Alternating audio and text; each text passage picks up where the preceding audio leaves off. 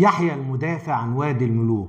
عاش مرقس باشا حنة وزير توت عنخ آمون. يا ترى ايه حكاية مرقس باشا حنة اللي دافع عن كنوز أجدادنا المصريين؟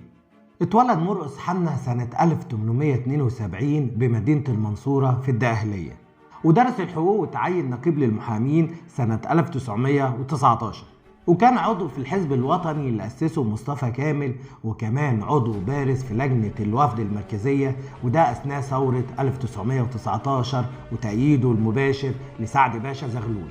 أما حكايته مع الآثار فتبدأ سنة 1922، وده لما كان وزيرا للأشغال في مصر. وفي السنة دي اكتشف كارتر كنوز توت عنخ آمون واللي اعتبرها كنز خاص بيه، وكمان قرر ان تكون زيارة المقبرة قصر على الأجانب. كان تفكير كارتر ان هو ممكن ياخد نص المقبرة لوحده. طبعا تصرفات كارتر ما عجبتش مرقس باشا حنة، واللي خاض معركة قانونية وإعلامية ضد كارتر والإعلام البريطاني والأمريكي في نفس الوقت.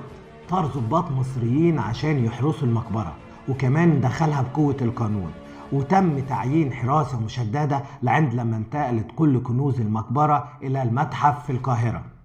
طبعا اللي عمله مرقس باشا حنة اللي مصر في تحت الاحتلال الانجليزي، وانه يواجه قوة بريطانيا العظمى ومعاها امريكا عشان يحافظ على اثار مصر، شيء في منتهى العبقرية. دي بقى حكاية سريعة عن مرقس باشا حنة، احد رموز الوطنية في مصر، وللأسف كتير جدا ما نعرفوش والتاريخ ما بيذكروش كتير.